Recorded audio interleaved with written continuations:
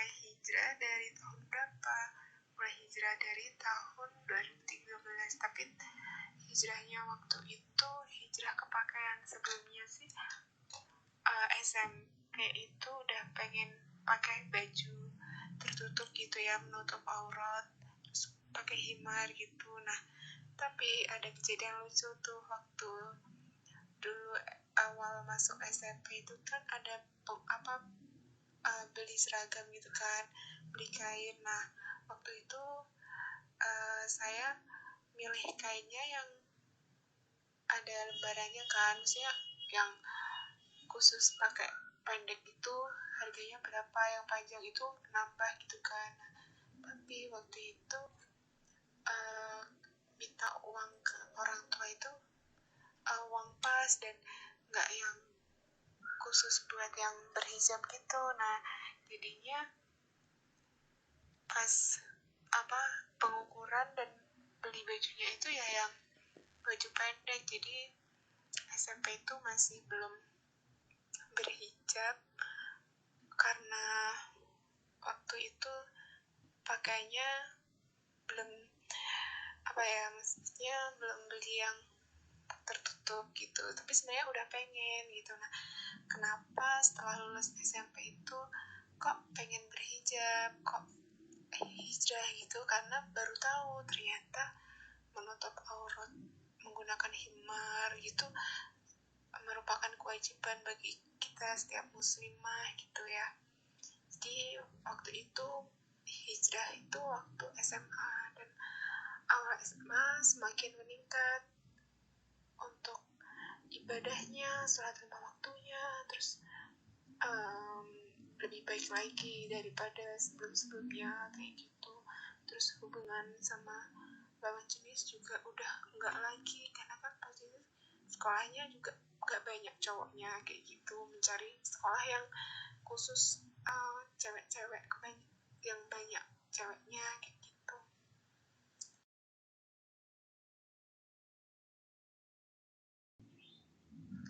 Apa yang dicari waktu berniat hijrah? Yang dicari waktu berniat hijrah waktu awal-awal dulu itu pengen menjadi pribadi yang lebih baik dari sebelumnya. Motivasi terbesar untuk bersegera hijrah itu karena melihat orang tua saya bukan orang tua yang agamis, tapi berharap saya sebagai salah satu orang tua atau kunci masuk surga itu adalah mempunyai anak-anak yang soleh dan solihah. Nah, saya ingin menjadi anak yang solihah, dan salah satunya itu untuk menjadi pribadi yang lebih baik gitu. Itu faktor yang memotivasi saya untuk hijrah menjadi lebih baik lagi.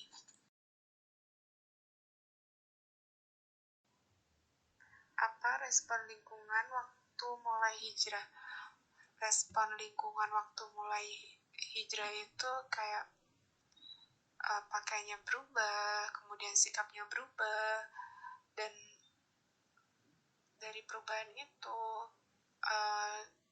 entah lingkungan, masyarakat, saudara, orang tua itu mengira bahwa ada yang aneh nih dengan anak ini gitu.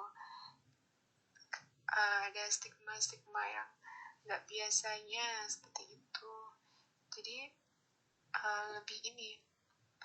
lebih menjurus kok aneh ya, ungkapan-ungkapan yang kayak semacam jangan ngaji yang aneh-aneh, atau jangan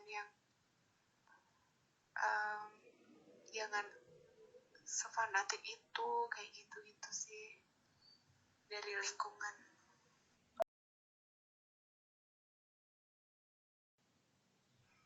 Tantangan dan cara menghadapinya, ketika ada masalah diselesaikan masalahnya, bukan memikirkan masalahnya tersebut. Jadi memikirkan solusinya bukan masalahnya. Kalau kita memikirkan masalahnya nanti kita akan berpikiran bahwa masalah itu besar, padahal kan sebenarnya yang harus difikirkan adalah solusinya.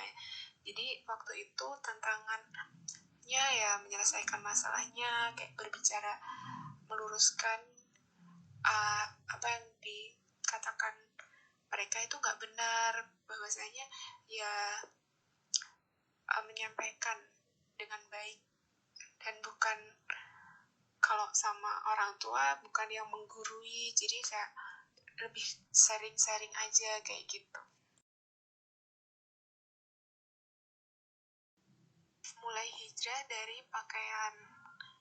Dulu kalau waktu SMA itu kan pakaian dulu, nah tapi setelah kuliah ternyata di kampus itu banyak kayak kajian-kajian, dan niatnya emang kuliah bukan sekedar ilmu akademik, tapi saya berusaha untuk lebih dekat lagi sama Allah.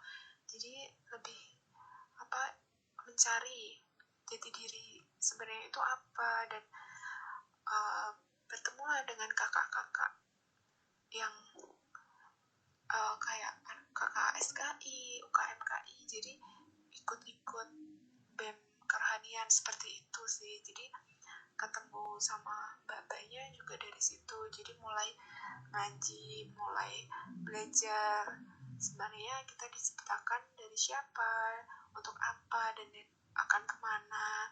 Jadi ada 3 simpul besar. Nah dari situ dilurusin lagi pemahaman kita, akidah kita, bahwasanya sebenarnya apa tujuan kita. Nah dari situ mulai gambarannya untuk lebih kafah lagi hijrahnya. Jadi kalau misalnya waktu SMA itu hijrah untuk menutup aurat dan nggak dekat-dekat sama lawan jenis, terus kemudian waktu kuliah belajar untuk hijrah secara kafah, secara menyeluruh.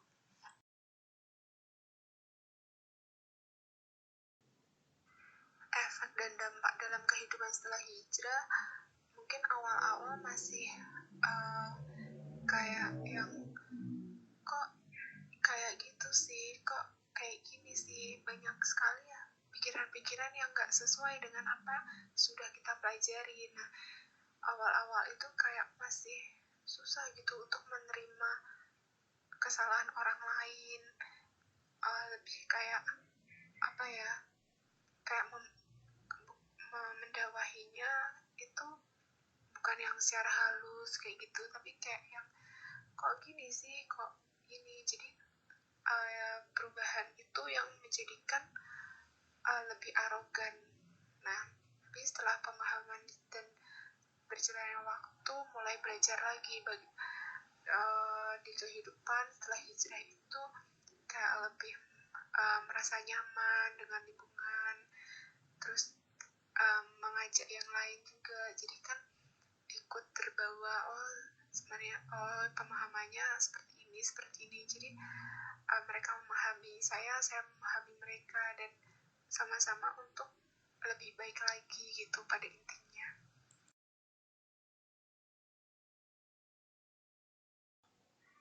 Tips bisa istiqomah dalam hijrah, yaitu cari tahu ilmunya, belajar Islam secara menyeluruh, secara mendalam gitu ya, intensif. Setelah itu kedua, mendekatkan diri kepada Allah, taqarrub ilallah. Yang ketiga, cari lingkungan yang sefrekuensi, lingkungan yang sama-sama untuk kita belajar lebih baik lagi. Nah setelah 3 hal itu terpenuhi, insya Allah kita bisa istiqomah dalam berhijrah ini. Closing statement, yuk hijrah, jangan tunggu tapi, jangan tunggu nanti, hijrah saat